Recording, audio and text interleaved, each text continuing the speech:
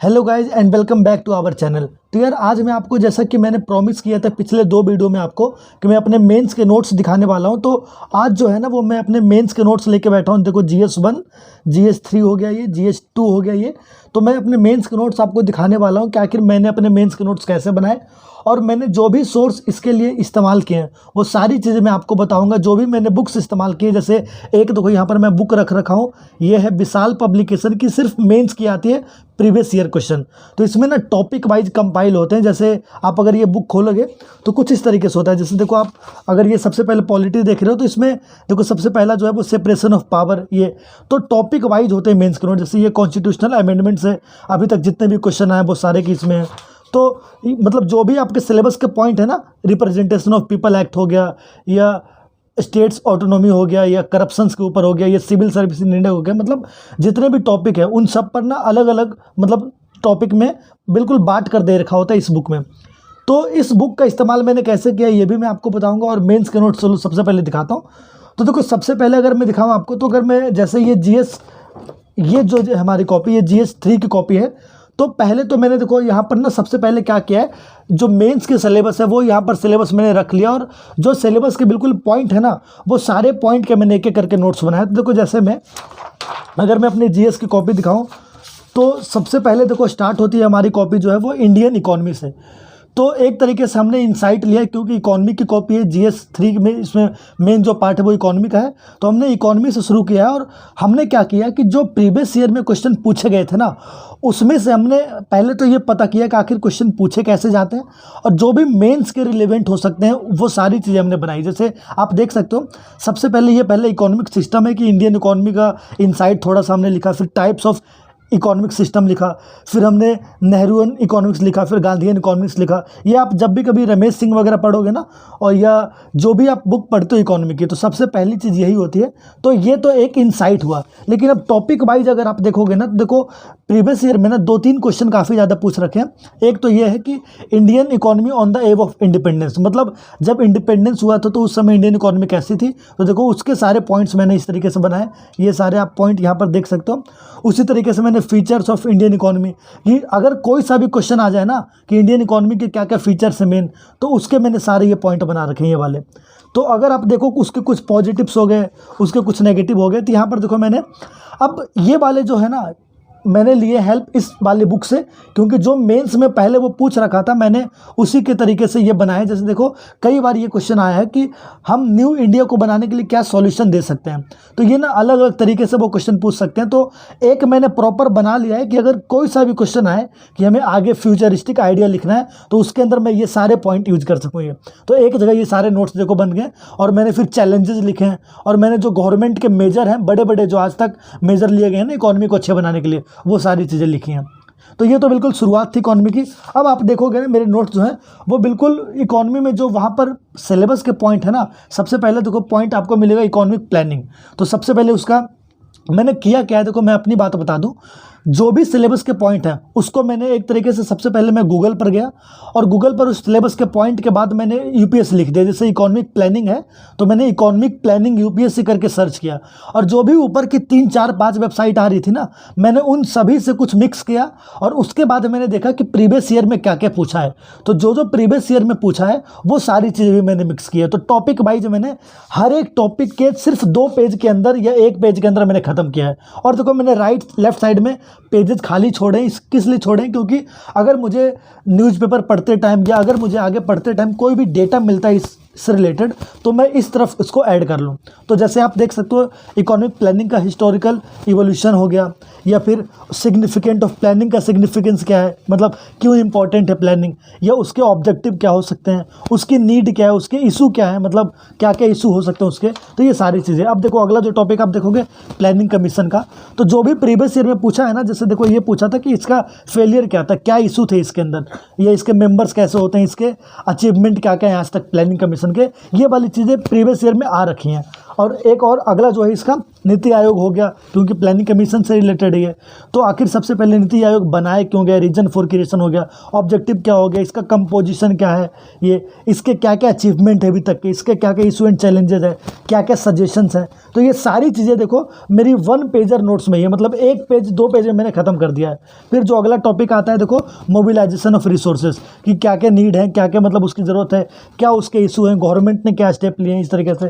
तो ये सारी चीज़ें देखो कुछ पेजेस मैंने खाली छोड़े ताकि आगे जो भी मैं न्यूज़पेपर वगैरह पढ़ूँ ना उसके अंदर वो सारी चीज़ें ऐड कर सकूँ। तो देखो ये इंक्लूसिव ग्रोथ है, इस पर काफ़ी ज़्यादा क्वेश्चन आते रहते हैं और बहुत सारे क्वेश्चन आए हैं।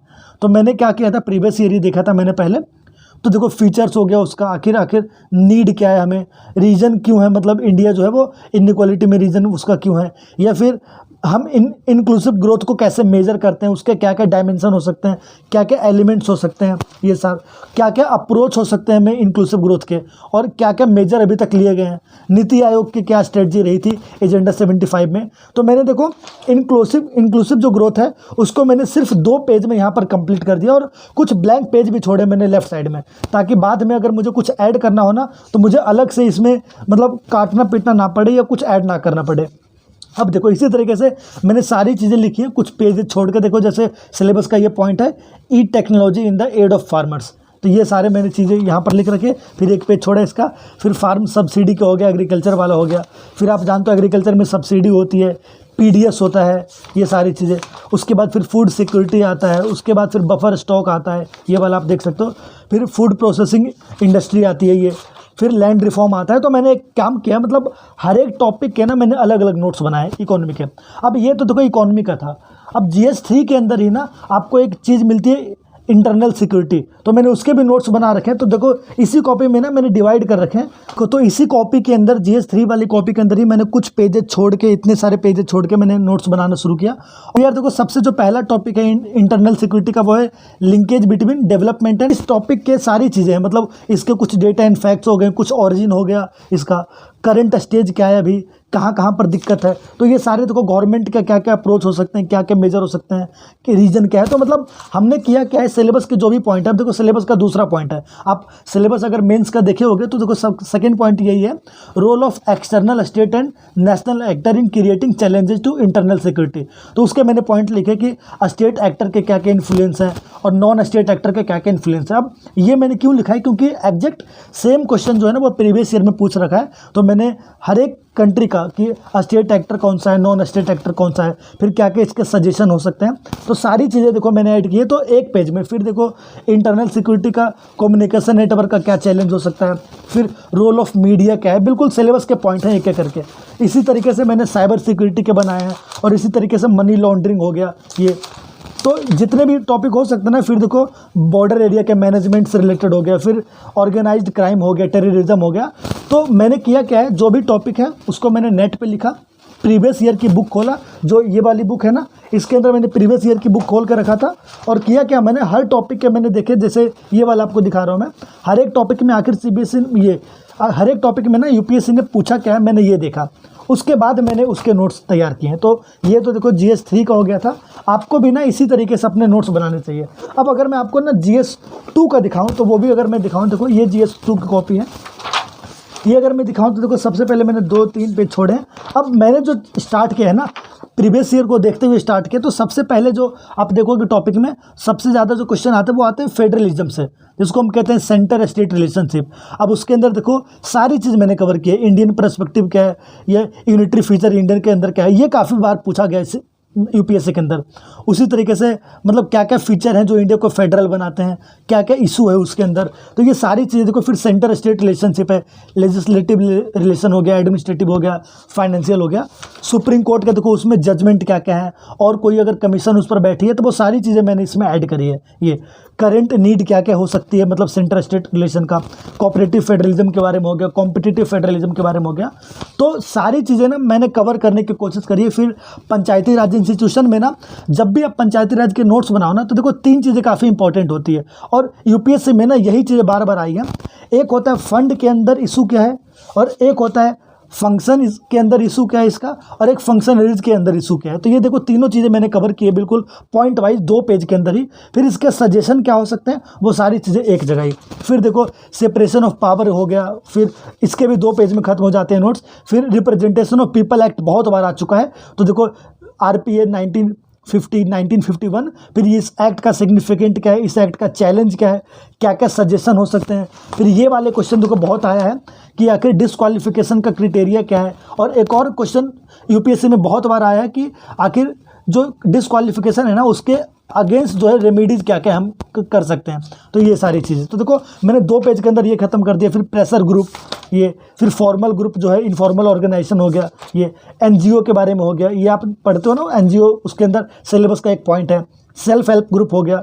तो जो भी चीज़ें लक्ष्मीकांत में नहीं मिलती है ना, जिसके लिए हमें अलग से नोट्स बनाने पड़ते हैं, गुड गवर्नेंस हो गया, ये सारी ई-गवर्नेंस हो गया, फिर सिटीजन चार्टर हो गया, रोल ऑफ सिविल सर्विसेज हो गया, हेल्थ से रिलेटेड जो इशू है वो हो गया। तो जो भी आप पढ़ते हो ना देखो एजुकेशन से रिलेटिंग करके जो इशू है ये सिलेबस के पॉइंट हैं।